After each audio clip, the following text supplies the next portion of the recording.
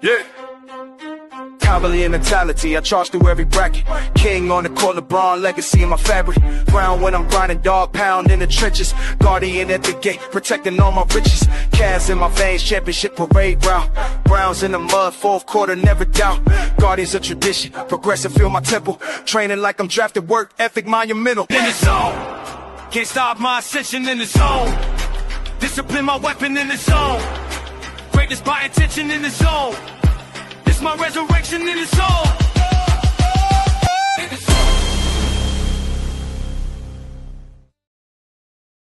Yo, what's good, good peoples? Happy Monday.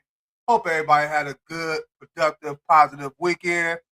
Welcome to this episode, Season 2, Episode 10 of EnDaZone Sports. I'm your host, the man with the plan with the cleanest ways in all the land, Spivey. And I got a lot we're going to get into today. We got some NBA talk. The NBA season is coming to an end, so I don't know what that means. It's award season time, so I'm going to break everything down, starting the day with the coach of the year. We'll talk some NFL. I'm going to build my perfect QB by only using the current quarterbacks of today.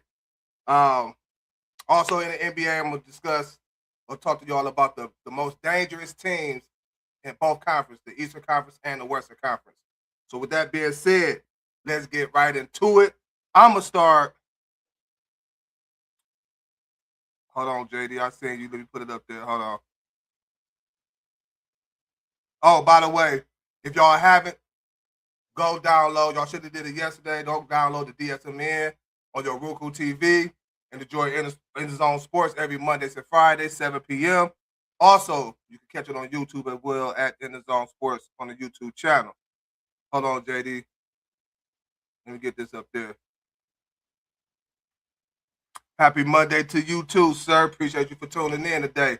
So let's start with the NBA Coach of the Year award. I know it's a lot of coaches out there that's doing an incredible job this season with their teams. You got Mike Brown in the East for the Detroit Pistons, who's sitting at number 1 in the East. But Boston is on their tail, which is going to lead me into what I'm going to say.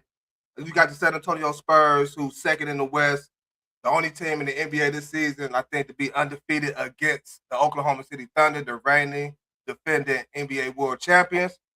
But if you ask me, and this is just my opinion, not yours, but my opinion, I think the Coach of the Year is going to be Joe Muzzulla, should be Joe Muzzulla of the Boston Celtics. Reason being is,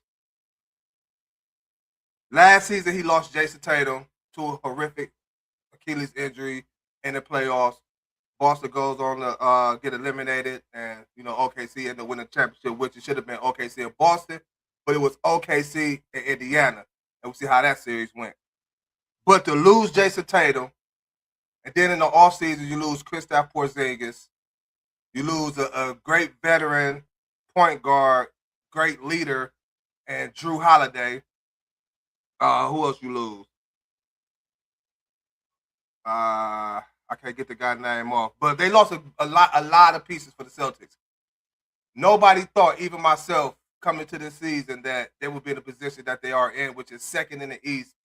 Me personally, I thought they would be a lottery team, because there's no way you could lose all of that and still somehow stay afloat, make to the playoffs, and end up winning the championship. Although the Celtics are in the East, and like they said, the East is the weakest conference, but they can have their own opinion. I feel differently. I feel like the East is strong just because you don't see teams in the East, 4 or 5 teams with 50 wins. Like, that don't make the East strong. But you lose Tatum for most of the season, one of his best 2 players. You still had Jaylen Brown, whom right now is playing incredible basketball. I'm going to touch on him a little bit later as far as the MVP race. But you lose all of that, and somehow, some way, you still, again, number 2 in the East behind the Detroit Pistons, top 5 in offensive efficiency, top 5 in defensive efficiency. You got Derek White that's playing incredible basketball, although Derek White, we see this out of Derek White year after year, putting everything out on the line for the Boston Celtics. They had Anthony Simons in the beginning of the season, but they were trading him to the Boston Celtics to pick up Nikola Vucevic, which he's now hurt. So all these injuries that Joe Muzzulla and that coaching staff is going through, he's still got that team afloat, still got that team dangerous, and now Jason Tatum is back. So it's like, as Biggie Smalls would say, sky's the limit. Sky's the limit for the Celtics. But you lose all that, and somehow, some way, you still beating teams like Detroit, Cleveland. I think they're like 3-0, maybe 2-1 versus the Cavs this season. You beating some of the good West teams. You just had a good game against the OKC Thunder that went down to the wire without Jason Tatum. Did they end up losing that game by 2 points, 104-102, if I'm not mistaken? If y'all can correct me with that score if I am wrong, but I believe it was 104-102. And nobody's wanting to get this man his props, his respect. You got to give it to him. No, they've been saying, oh, he still got Jaylen Brown. And, okay, yeah, that's true. That is very true. But you look at how the Celtics played last year with both Tatum and Brown on the court together. Offense was still good. Defense was still good. They were still top 5 in all of them. But again, to lose all of that and still manage to have your team in position to be one of the most scariest teams in the NBA going into the playoffs, you got to give Joe Muzzulla his credit. Again, I talked about the Spurs. Yes, they have a MVP candidate, defensive player candidate, and Victor Wembanyama. De'Aaron Fox is playing good basketball coming up from Sacramento Kings. And them two young cats they got over there, Vessel and the Castle, got to put some respect on their name, man. So I get it what they're doing. And again, they're the only team to defeat the OKC Thunder 3 times this season. Might be 4. They might got one more game. But I know at least 3 times they beat the Thunder. So I'm not discrediting what their coach is doing, all by any means of, the players that he got. All of them is young. A lot of them built up through the draft. So I'm not knocking that at all. I'm not knocking that. Actually, they're like my number. He's like second on my list to win Coach of the Year in the NBA. And again, I mentioned Mike Brown. We seen Mike Brown here in Cleveland. He did a good job. Of course, he had LeBron James for most of that stint that he was here in Cleveland. I think he did a good job in Sacramento. And then he lose a job in Sacramento to move over to Detroit and got them boys playing good basketball. Good basketball. So how do you feel about Mike Brown? I like Mike Brown as a coach. I like Mike Brown when he was here in Cleveland. I like Mike Brown. Very defensive minded. I think with Mike Brown as a coach, he need an offensive minded assistant coach with him. But I like Mike Brown as a coach. Unfortunately, he couldn't get us what we wanted. This first in here was the championship with the Cavs, although we lost in 07 to the Spurs after he got swept. So I like Mike Brown. I think Mike Brown is doing a damn good job. A damn good job. But it's a lot of coaches. I look at the Denver Nuggets coach. Denver 5th in the West. So most of the time when a team is 3rd, 4th, 5th in their respective conference, they tend to don't give that player or that coach the award they deserve to get. But I like the way Denver is playing. They playing good basketball. They're getting Aaron Gordon back. So their coach doing a good job. The Toronto Raptors coach is doing a good job. Can't forget about him. But again, I just think what Joe Muzzulla is doing is just incredible because nobody, even myself, thought that the Boston Celtics would be number 2 in the East at this point. Most of us thought they'd be a lottery team. And if you say you didn't think that, you're lying to yourself. Because without no Tatum and losing all them pieces, everybody, their mama thought that, including myself. But let me know what y'all think. Get them comments coming in. Do y'all feel like Joe Muzzulla is the front runner and the leading candidate to win an not MVP, but Coach of the Year this year in the NBA? Me, I say yes. Let me know what y'all think. We're going to keep it in the NBA. I was just talking about some of these teams and how dangerous they could be, how they could cause problems in the playoffs. I'm going to talk about the NBA's West most dangerous team come playoff time. Me personally, it's a lot of teams I can say.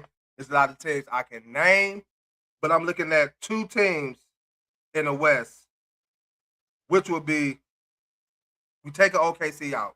We already know how dangerous they could be, led by Shai Gilgeous-Alexander. So we're not gonna talk about OKC.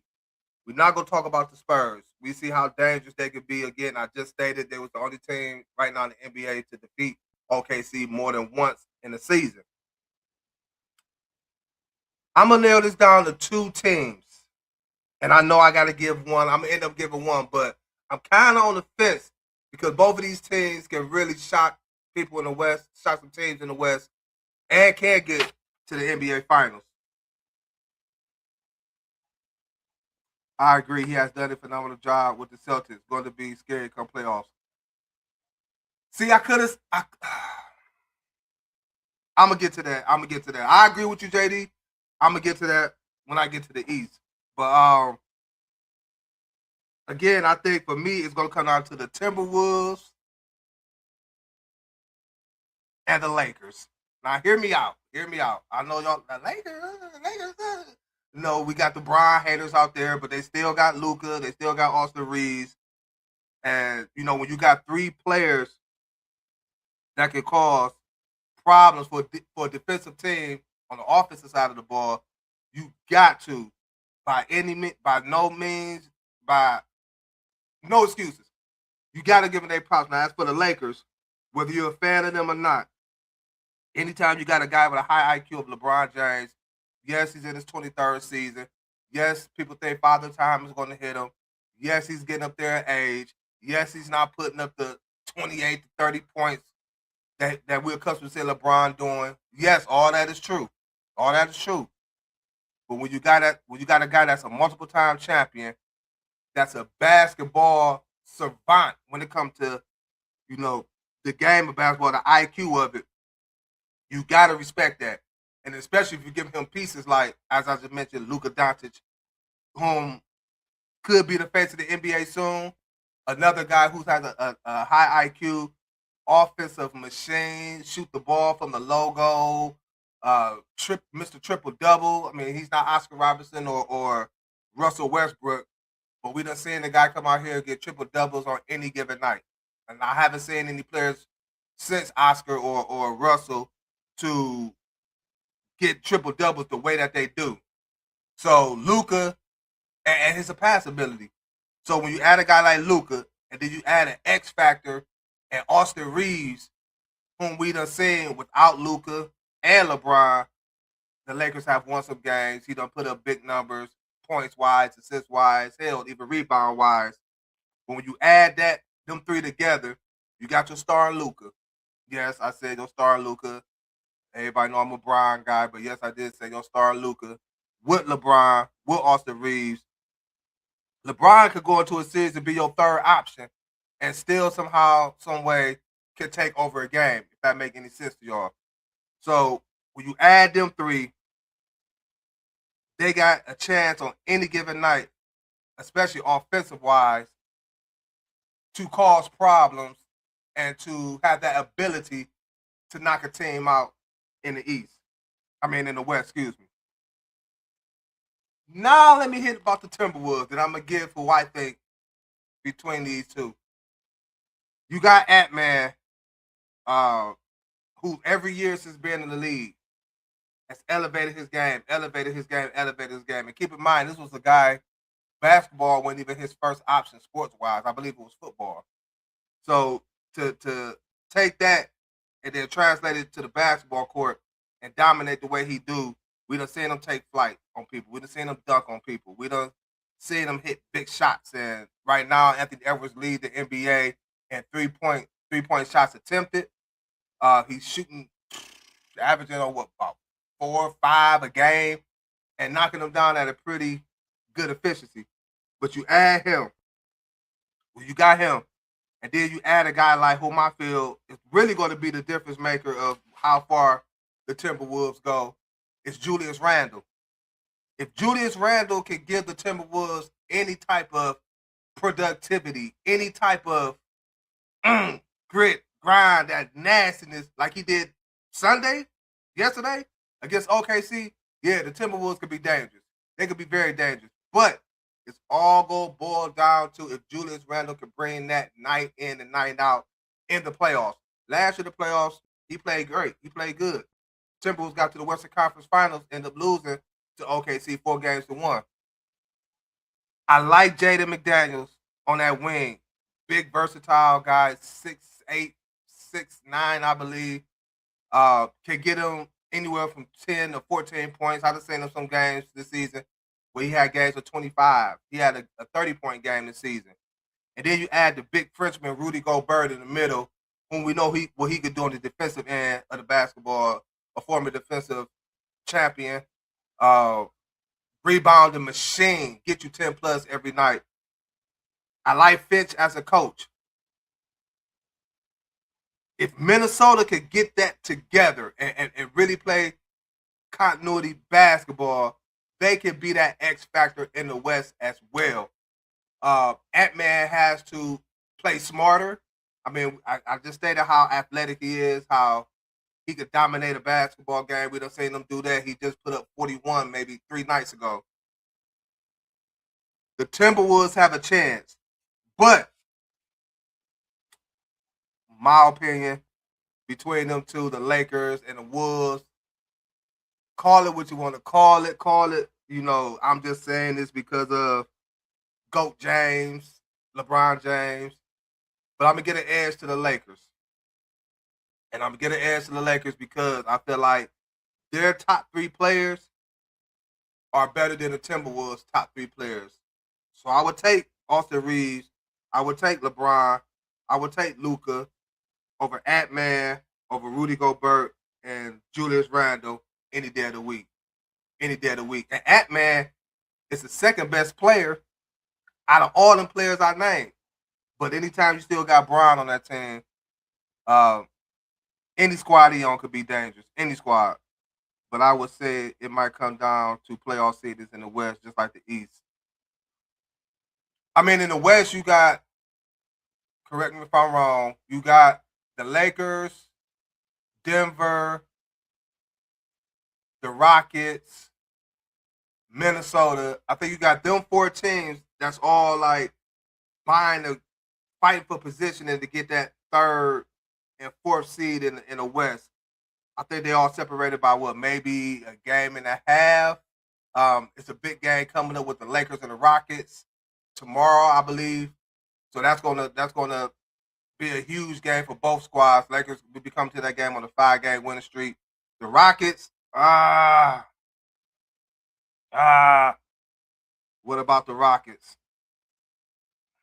I trust Kevin Durant. I don't trust Alfred Sengun this year as much as I did last year. Last year I was one of the ones that was on the Alfred Sengun train. Like, I was calling him Baby Jokic the way he was playing, a.k.a. Joker. But for some odd reason this year, he's just not doing it consistently, and the Rockets are hurting from that because they need him to play at a high level, especially without having their floor general, Fred VanVleet, for the season. But I like Ahmed Thompson. I like Jabari Smith. I like Reed Shepard, who has come along, shooting the lights out, leading the NBA at 3-point percentage, I believe, shooting at a good efficiency rate. And, he's averaging double-digit points, 13.5, 14 points. So, but I don't think the Rockets is one of those dangerous teams just because don't know what I'm going to get out of them. But I do trust KD, Kevin Durant. We're going to keep it in the NBA, and I'm going to talk to y'all about the most dangerous teams in the East. Again, I know a lot of y'all might say I'm being biased, and then you're probably looking at what happened last night against a team that we just throttled on their home court, and I'm talking about the Dallas Mavericks. Call it being biased again, but I'm going to say it's the Cavs. And the reason why I say it's the Cavs is this. I know. Y'all be like, well, damn, man, you always talk about the Cavs. Ain't going to get far unless they defense. Defense wins you championships. So I'm going to always say that. Am I happy at the way that the Cavs are playing defense this season? No. Am I happy that, we giving up 130 points to a Dallas Mavericks team? No.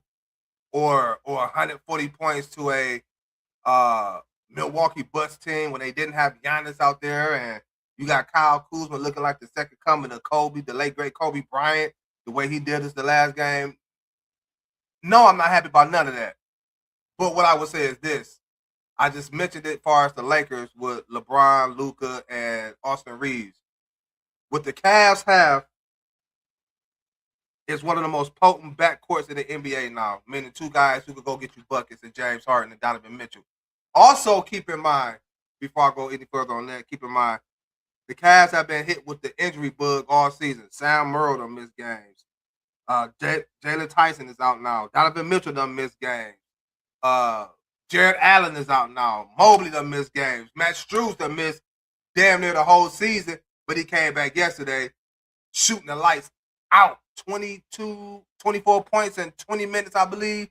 Knocked down 4 or 5 3 balls like he never missed a beat. It was good to see him back out there on the court. It was good to see him back contributing for the Cavs, and we're definitely going to need that in a stretch run to gain some ground in the playoff race in the East, and to also get far in the East in the playoffs. But that's going to be determined by Evan Mobley. I'm going to get on that in a hot second. But we haven't had our full continuity of players out there all season. Once we get healthy, offensively, we're going to be a problem. We're going to be a problem because they're giving you a taste, sample size taste, whatever it is you want to call it, as far as the James Harden effect. What I mean by the James Harden effect, we see what James Harden did with big guys, big men in the middle, Clint Capella in Houston, Zubac with the Clippers. He had Joel Embiid at one point. Although we know about Embiid, when he plays, he plays. When he don't, he don't. When he plays, he's very effective. And we're having a guy like James Harden just elevated even more with that pick and roll game. So the Cavs are giving you a sample size of what that combination could look like between Harden and Allen. Since we got James Harden, Jared Allen is playing like an all-star. If we would have had him at the beginning of the season, Jared Allen would have been in the all-star game. But unfortunately, we didn't. We got him at the trade deadline. It is what it is, but we see the effect that he have on that. So when we get Jared Allen back, move Mobley back to that 4. What they're going to do at the 3 spot, I don't know. I don't know if they're going to still roll with Sam Merrill or if they're going to plug in Matt Strus. That's why these last 15 games for the Cavaliers is going to be very, very important for a guy like Matt Strus, who missed 67 games this season and coming back off a foot injury. So I don't know if they're going to have him in there, Jalen Tyson, Sam Merrill, or Dean Wade. I would prefer not to see no Dean Wade. Let him come off the bench. He's a great, I ain't going to say great, but he's a good on-ball defender and can knock down the shot as well. But I just can't see him as being the starting wing for the Cavaliers going into the playoffs. It was great to see Strus make his debut. Most definitely.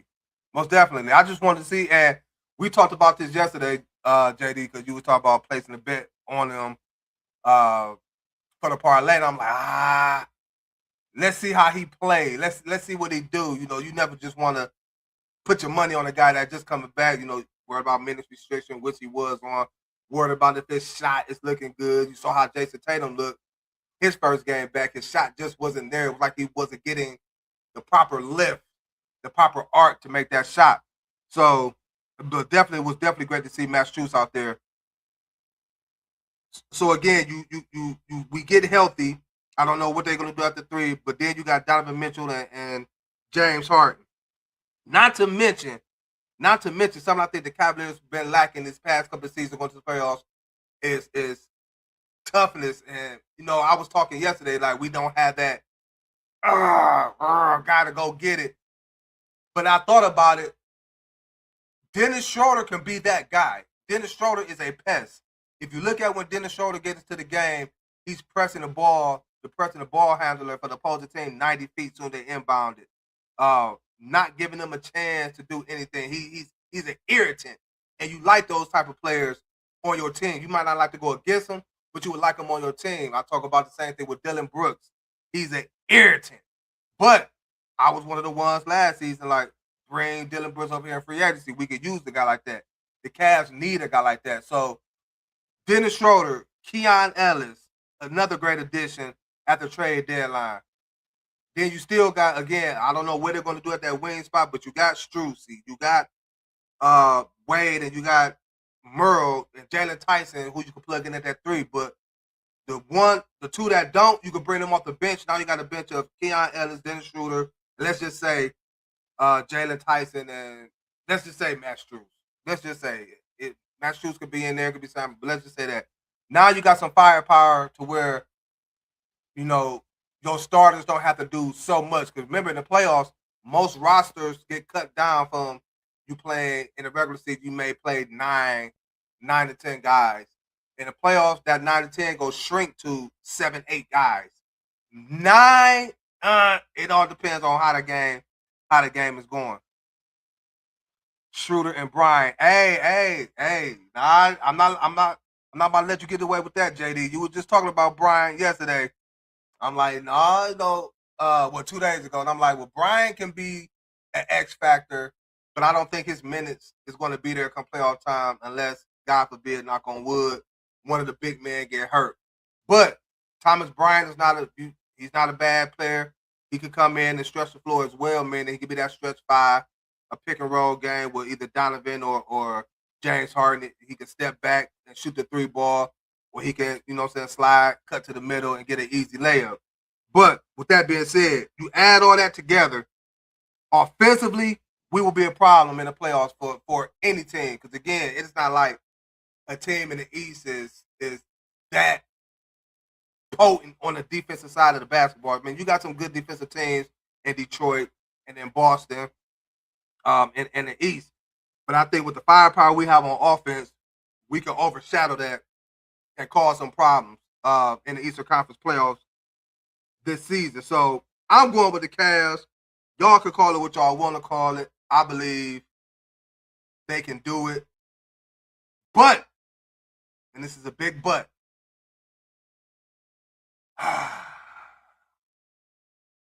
Evan freaking Mobley. In order for this to work, how we want to get it to work, you got to be that second option for us. I know, well, what y'all gonna get James Harden for? Y'all could have kept Darius Garland. We don't need James Harden to be the Houston James Harden where he got to go out there and score 30, 35 points to even have a chance to win or win a series.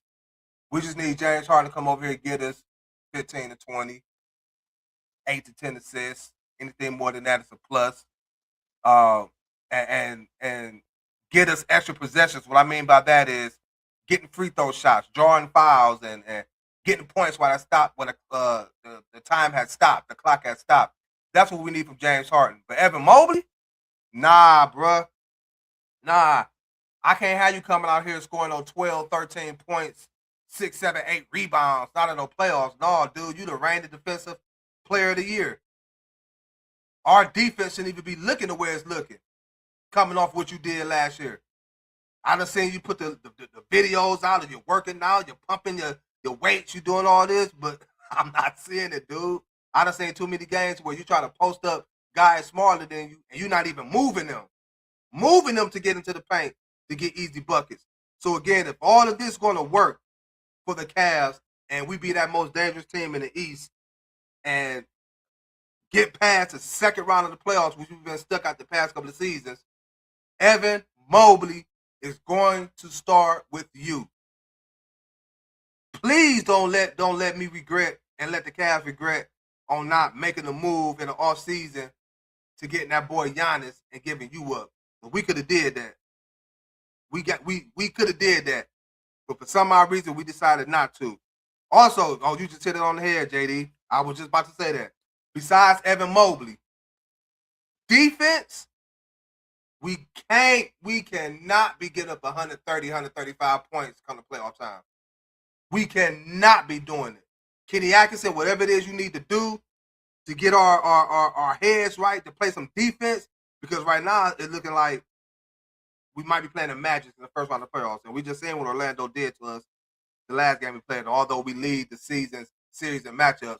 But we see what they're capable of doing with Pablo Banchero and Desmond Bain, who they brought over from Memphis in the trade in the offseason. Defensively, we got to tighten up. Offensively, we got to play Cavaliers basketball. We can't turn the ball over. And Evan Mobley, you got to be him, as they say. He got to demand that ball. He most definitely got to demand it. And not only demand it, but when he get it, he got to make something happen out of it. It can't be just like they want to shoot threes all day. And no, you got to do something with it. So for me, I'm going with the Cleveland Cavaliers being the most dangerous team in the NBA come playoff time. Don't disappoint me, Cavs. Don't make me look like a fool. Let's get the job done. Kenny Atkinson, let's go. We're going to keep it in the NBA and talk about this whole MVP race. You got some guys out here playing some great basketball for their teams, keeping their team afloat, whether it's the team was hit with injuries or whatever the case may be. But I got three guys right now that's 1, 2, and 3 in this MVP race. And I'm a start with number 3. I'm a rank them. I'm just not going to say their names. I'm going to rank them because I feel like these guys are playing well enough where you can rank them, and therefore, so the top 3 guys is Jaylen Brown, SGA, and the Joker, Nikola Jokic. I'm about to say Vucevic, but Nikola Jokic, aka the Joker. You got these 3 guys. Now I'm gonna rank them. Y'all let me know. Would y'all put them in the same order? Who would you switch? Did I get it right? Blase.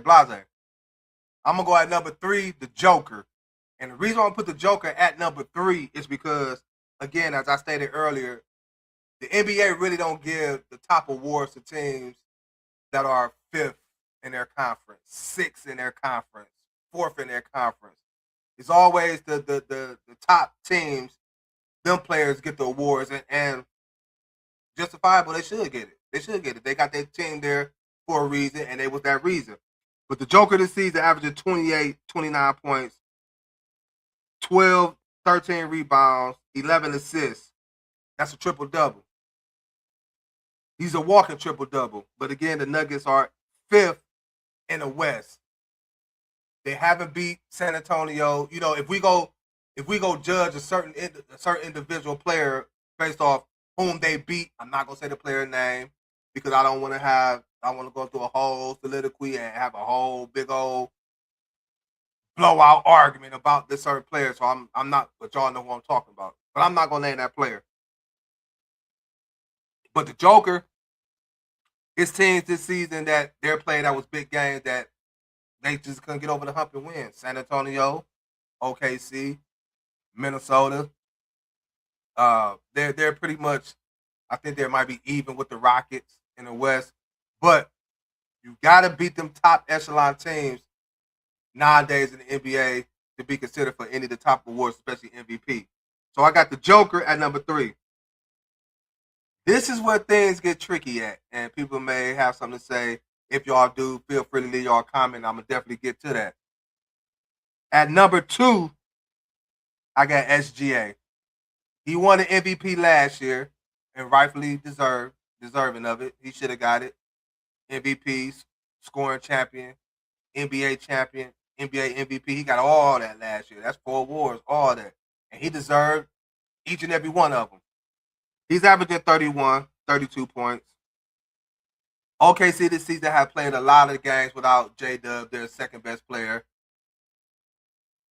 But somehow, some way, they still first in the West. Even with them losses to the Spurs, them 3-4 losses to the Spurs, they're still number 1 in the West. I believe got the Spurs by 3 games in the West. SGA done missed games. He didn't have a if you want to call it a bad game per se, where he did Sunday, but he ended up. Before I go any further, shout out to SGA for 127 straight games of scoring at least 20 plus points, beating out Wilt Chamberlain. And I just see everybody breaking records the past 2 weeks of basketball. Bounds with his 83. Now SGA with 127 consecutive games to score 20 plus points, surpassing Wilt. But SGA, again, got the Thunder number 1 in the West, playing great basketball. looking like they're poised to head to another NBA Finals and defend their championship and win it again. So kudos to him. He's playing good. No argument for me there about SGA. Which leads me to the last one, the number one player who I feel like should win the MVP this year. But for some odd reason, I don't think he's going to get it, but I think he should get it. It's Jaylen freaking Brown. Again, I just talked about Joe Muzzulla at the top of the show being Coach of the Year and the reason why he should be Coach of the Year. I'm going to flip that and say the same thing about Jaylen Brown.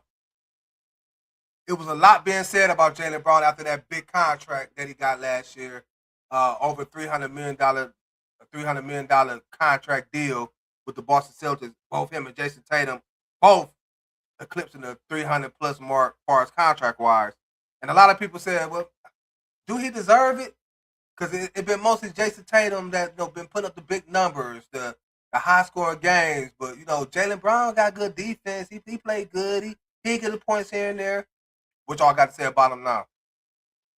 Averaging 28, career high in assists, 5.1, rebounds, 7.1, and the Celtics are number 2 in the East. What's it to be said about Jaylen Brown?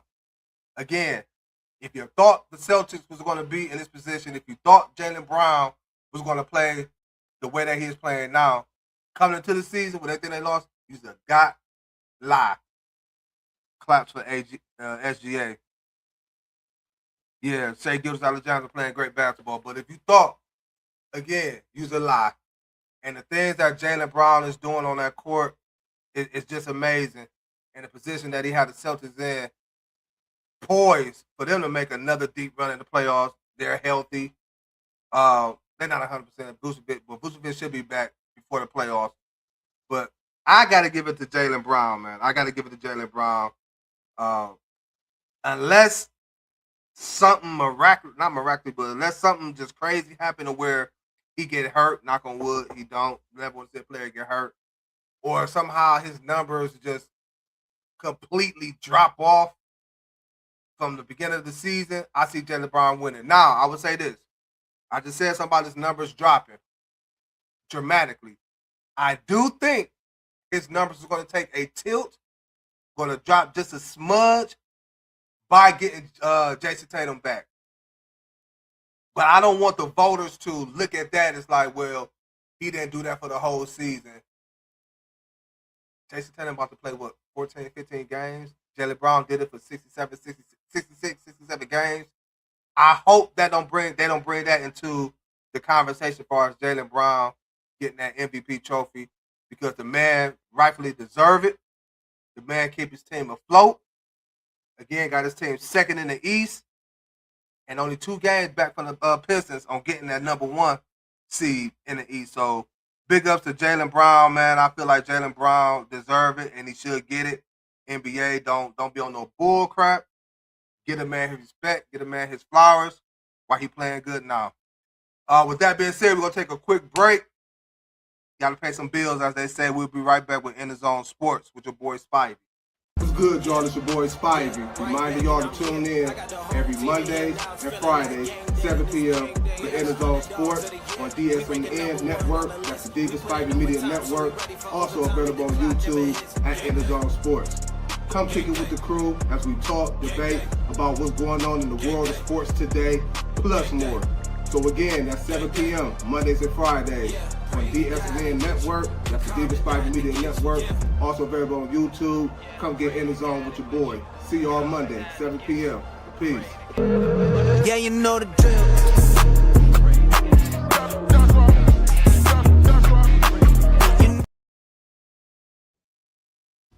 Hi, my name is Talia and I am a travel advisor, and I just wanted to come on here and give you a couple quick tips about working with a travel advisor.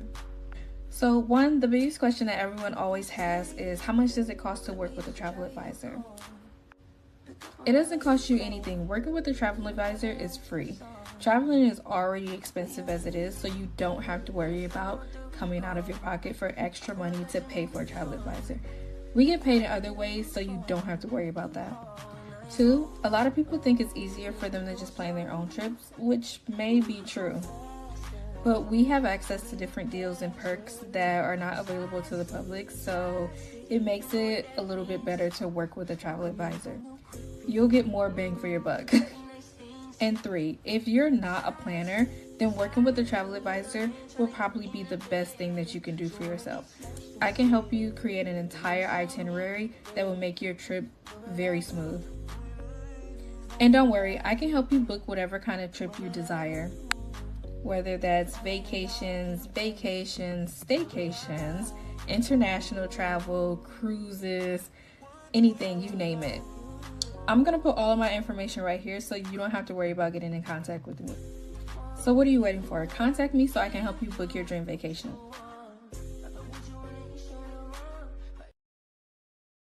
Yes.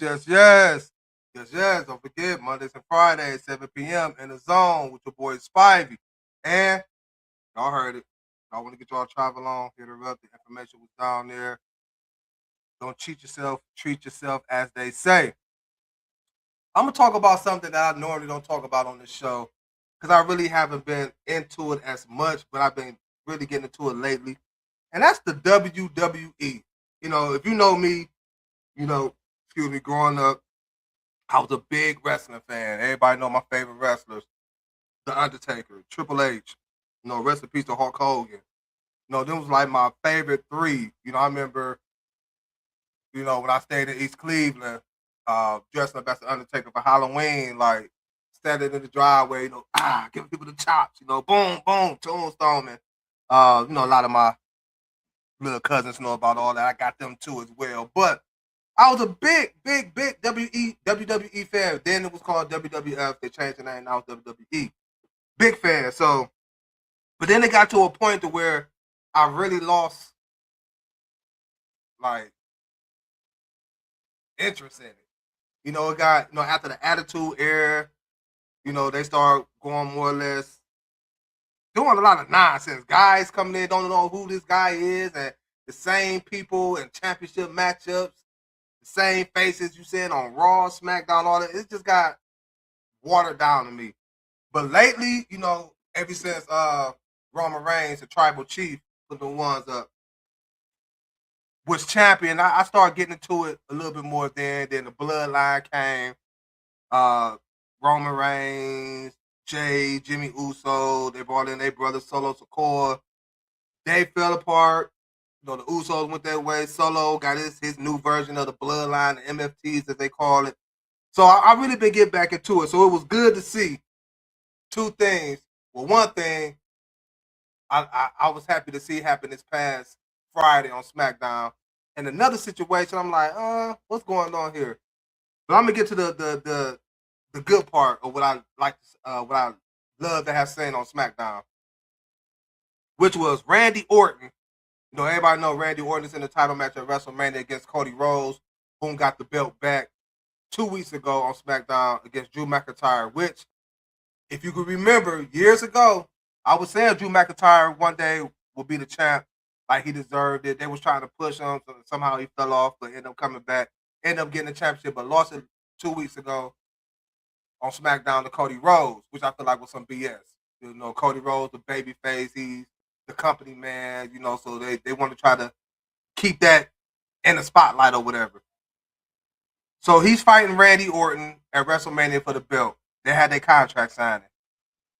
And man, did Randy Orton go ballistic on Cody Rhodes, turning heel, and it was good to see. Bad Randy Orton, good Randy Orton is cool. Good Randy Orton is cool. High fiving the fans. He's cool. But bad Randy Orton, the Viper, man, listen. I love to see that Randy Orton, especially with Evolution as they called him, becoming the youngest world heavyweight champion. Now going for his 15th championship belt. It was good to see him turn heel, and I think that might help WWE and lightweight save WWE in their storylines.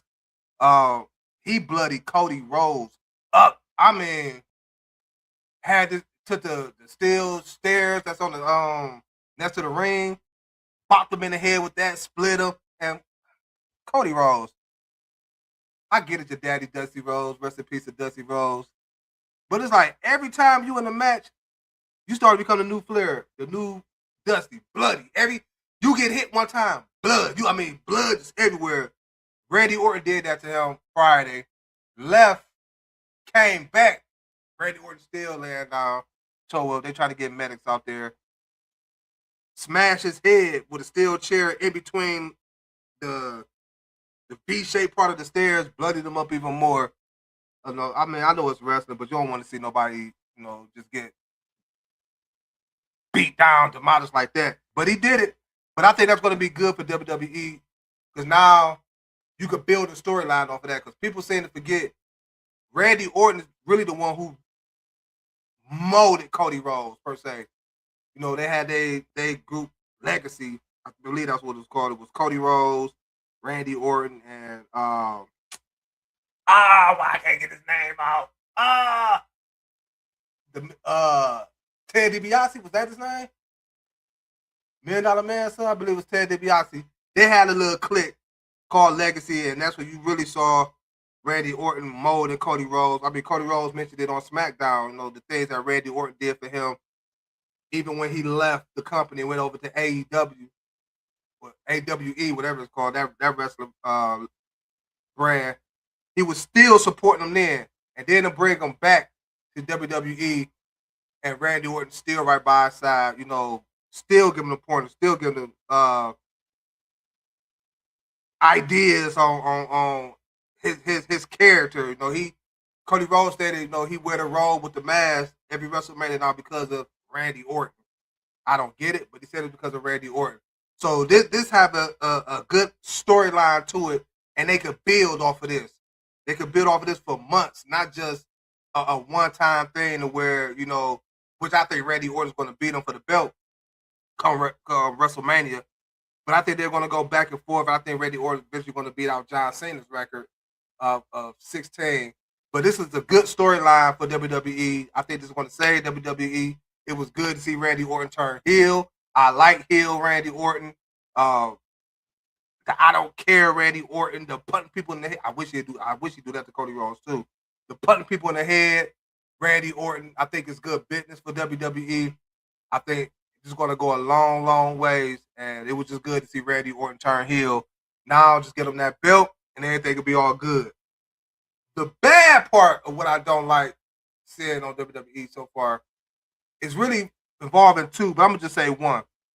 Because this one individual was supposed to be the one to come over there and save the women's division. She was the next big thing. She was going to carry the women's division to get the title sooner. And I'm talking about Jade Cargill. She came over from AWE, AEW, whatever it's called as well. One of the hottest free agents in pro wrestling. And she come to WWE. And she just ain't been panning out the way I thought and the way they thought that she would pan out. They sat her down for a minute, what they call a injury, for her to really get back to training and actually learning moves, because she was out there hurting people. Wrestling is a timing thing, a clicking thing. That's why these guys and women work together a lot. Everything is timing. You got certain signals about certain moves and whatnot. She wasn't doing none of that. But then they turn around and give her the doggone women's title, and the woman ain't defended it yet. And she done had it for about 2 months, 3 months now. Ain't defended it yet. Stephanie Vaquera is the other one, but I'm not going to get on her too much. I think the reason I'm not going to get on her too much, I think she was, I don't want to say forced into getting that championship, because we all say Naomi had to relinquish it because she found out she was pregnant. Shout out to her and Jimmy Uso. They done had the baby boy. But she ended up getting pregnant. She had to give up the title. They didn't really know what to do with it. They had the little tournament, and Stephanie ended up getting it. But she don't defend her belt either.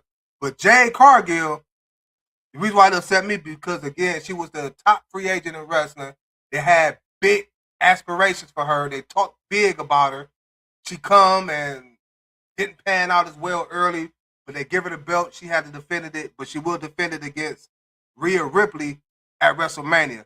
I just wish I could have seen her, fight better competition as champion, defend her belt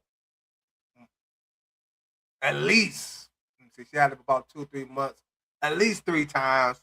I wanted to see her fight a Charlotte Flair, even though Charlotte Flair is a vet and they really trying to push the younger women generation for wrestling. I still would have liked to see her fight her or a Bailey or a, Nia Jax, somebody like for that belt at least 2 or 3 times, but she haven't defended it at all. But she will against Rhea Ripley. And I think that match at WrestleMania, Rhea Ripley is going to take that title off of her. And in my opinion, get that belt more significance, more meaning, more, because I think Rhea is a fighting champion. She wouldn't mind defending that belt against anybody. But Jade Cargill, like Rhea Ripley said, she's out there for just show. She's just out there to look good. The belt look good on her. I don't know, but I just wish, she would have had more. They would have gave her more of a storyline and more opportunities to defend that belt so we could really see how good Jade Cargill is, because we saw how good she was at AEW, but she's just not showing it to me in WWE. So Rhea Ripley, take that belt off of her, get that belt a more significant name or meaning to it. They may give it back to Jade Cargill again. I hope not. I mean, if they do, I hope she be more advanced than what she is now. So they're my 2 gripes. Well, one is a gripe, one's a good thing for WWE. Randy Orton turning heel. Love it. Think it's great for the WWE. I think it's going to go far. That storyline's going to go far. But Jade Cargill, I'm not impressed with that at all. And I will be real happy.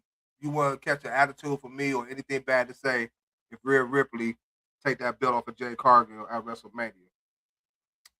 With that being said, to close this out, we're going to talk some NFL, but not talking about a certain team. We're going to talk about my perfect quarterback build using only current quarterbacks that's playing now. Let me know what y'all think. Let me know, do y'all agree? Anything y'all would change or whatnot? And there ain't too many QBs I can use for real, like to build my perfect quarterback, looking at the quarterback play in the NFL now. But I'm going to start off with the IQ.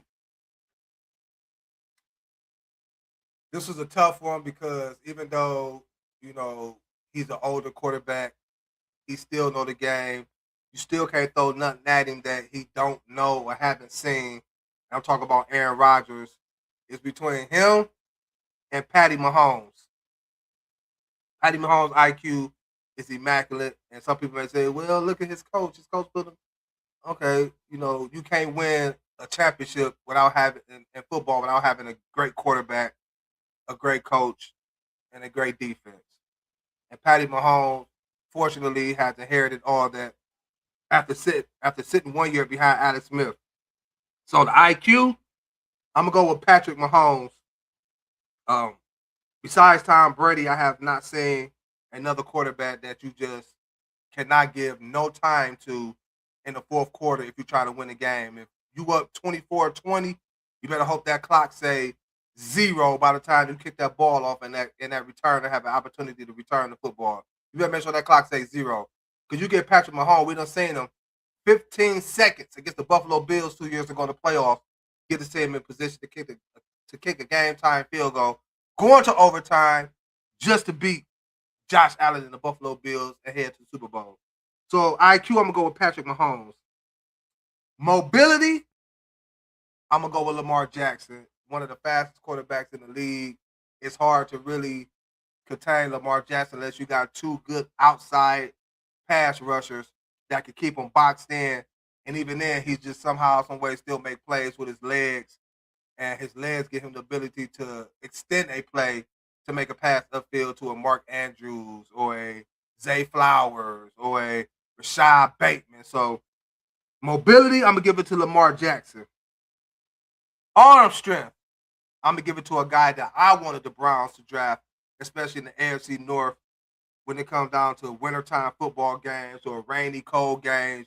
And that man is Josh freaking Allen for the Buffalo Bills. I believe Josh Allen can make every throw in the NFL whether it's a corner route, dig route, outside route, shallow routes, deep balls. He can also make plays with extend plays with his legs as well. But arm strength, I don't. If I'm mistaken, or y'all can let me know, but I don't see another guy in the NFL quarterback wise whose arm is as strong as Josh Allen. Build, like the quarterback build himself, like body wise, whatever. I'm gonna go with Josh Allen again.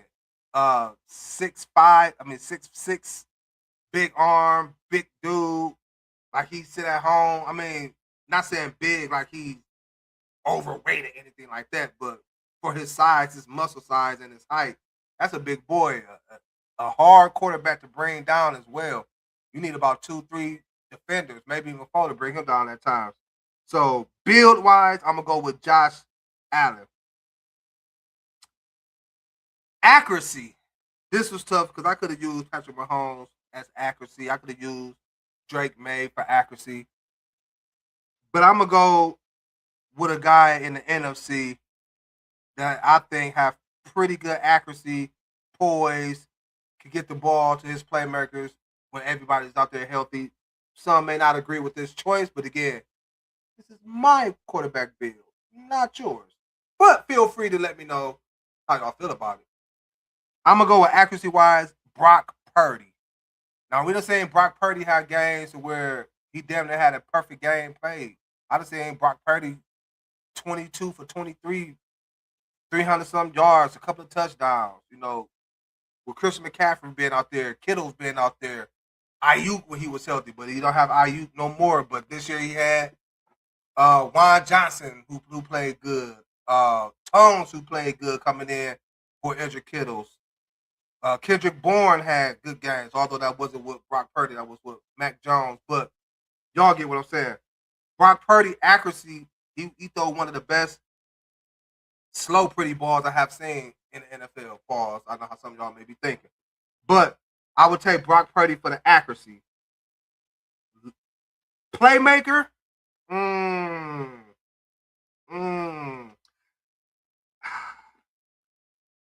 This was a tough one as well because I could have used, again, Lamar Jackson, but that would have been too much. I could have used Jalen Hurts, but he's really not a playmaker to me.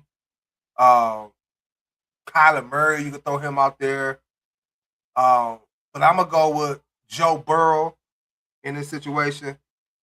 Even like, well, how Joe Burrow, a playmaker, he can't even move out the pocket. You know, he's not that quick of a quarterback. But what Joe Burrow do is make plays. Get the ball to them big boys on the outside, meaning T. Higgins and Jamar Chase. So that's why I would give Joe Burrow the nod on that. Again, I could have used some of these other ones that I got, but that would have been too easy. Leadership, I'm going to go with a young cat, and the young cat I'm going to go with is Drake May. I like how Drake May led the New England Patriots offense this season, and he didn't have a lot as well.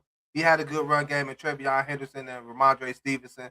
But wide receiver-wise, he had Stephon Diggs. Stephon Diggs is getting up there in age. I like Williams. I like Keyshawn Boutte.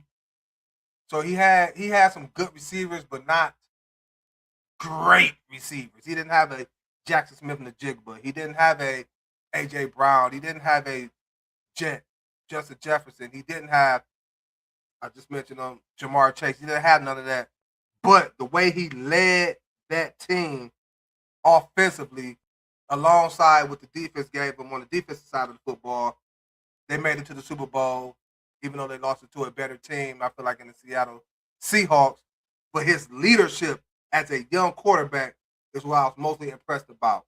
So there it is. That's my perfect build for a quarterback. Patrick Mahomes with the IQ. Lamar Jackson mobility. Josh Allen arm strength. Build Josh Allen. Playmaker Joe Burrow. Leadership Drake May. Y'all let me know what y'all think. Did I get it right? If y'all would have took one of them out and inserted somebody else, let me know in the comments. I'm definitely going to get back to that, and we could definitely discuss that. But again, my quarterback, not yours. But feel free to leave y'all comments. Appreciate everybody for tuning in on this episode of EnDaZone Sports. Appreciate everybody that tuned in on the DSMN network again. If you haven't, go download it yesterday, the day before yesterday, last week. But make sure y'all download it on y'all Roku TV. And you can also still catch EnDaZone Sports on YouTube at EnDaZone Sports. Appreciate again everybody for tuning in. Y'all have a blessed, safe day. Nice quarterback, Bill. Great show. Appreciate you. Appreciate you. Y'all have a great day. Have a great week. I'm going to catch y'all again. Unfortunately, won't be any time this week. Your boy going to be down for a little bit. But with the unpleasantry of somebody, not going to say their names, you might catch me a little early trying to come off the IR. As y'all can see, I'm ducking my head and not trying to get cussed out. But again, appreciate y'all, man. I'm the boy Spidey, man. I'm out of here. Deuces. Yeah. Cavalier mentality, I charge through every bracket. King on the court, LeBron legacy in my fabric. Ground when I'm grinding, dog pound in the trenches. Guardian at the gate, protecting all my riches. Cavs in my veins, championship parade route. Browns in the mud, fourth quarter, never doubt. Guardians of tradition, progressive, feel my temple. Training like I'm drafted, work ethic monumental. In the zone, can't stop my ascension in the zone. Discipline my weapon in the zone. Greatness by intention in the zone. It's my resurrection in the zone.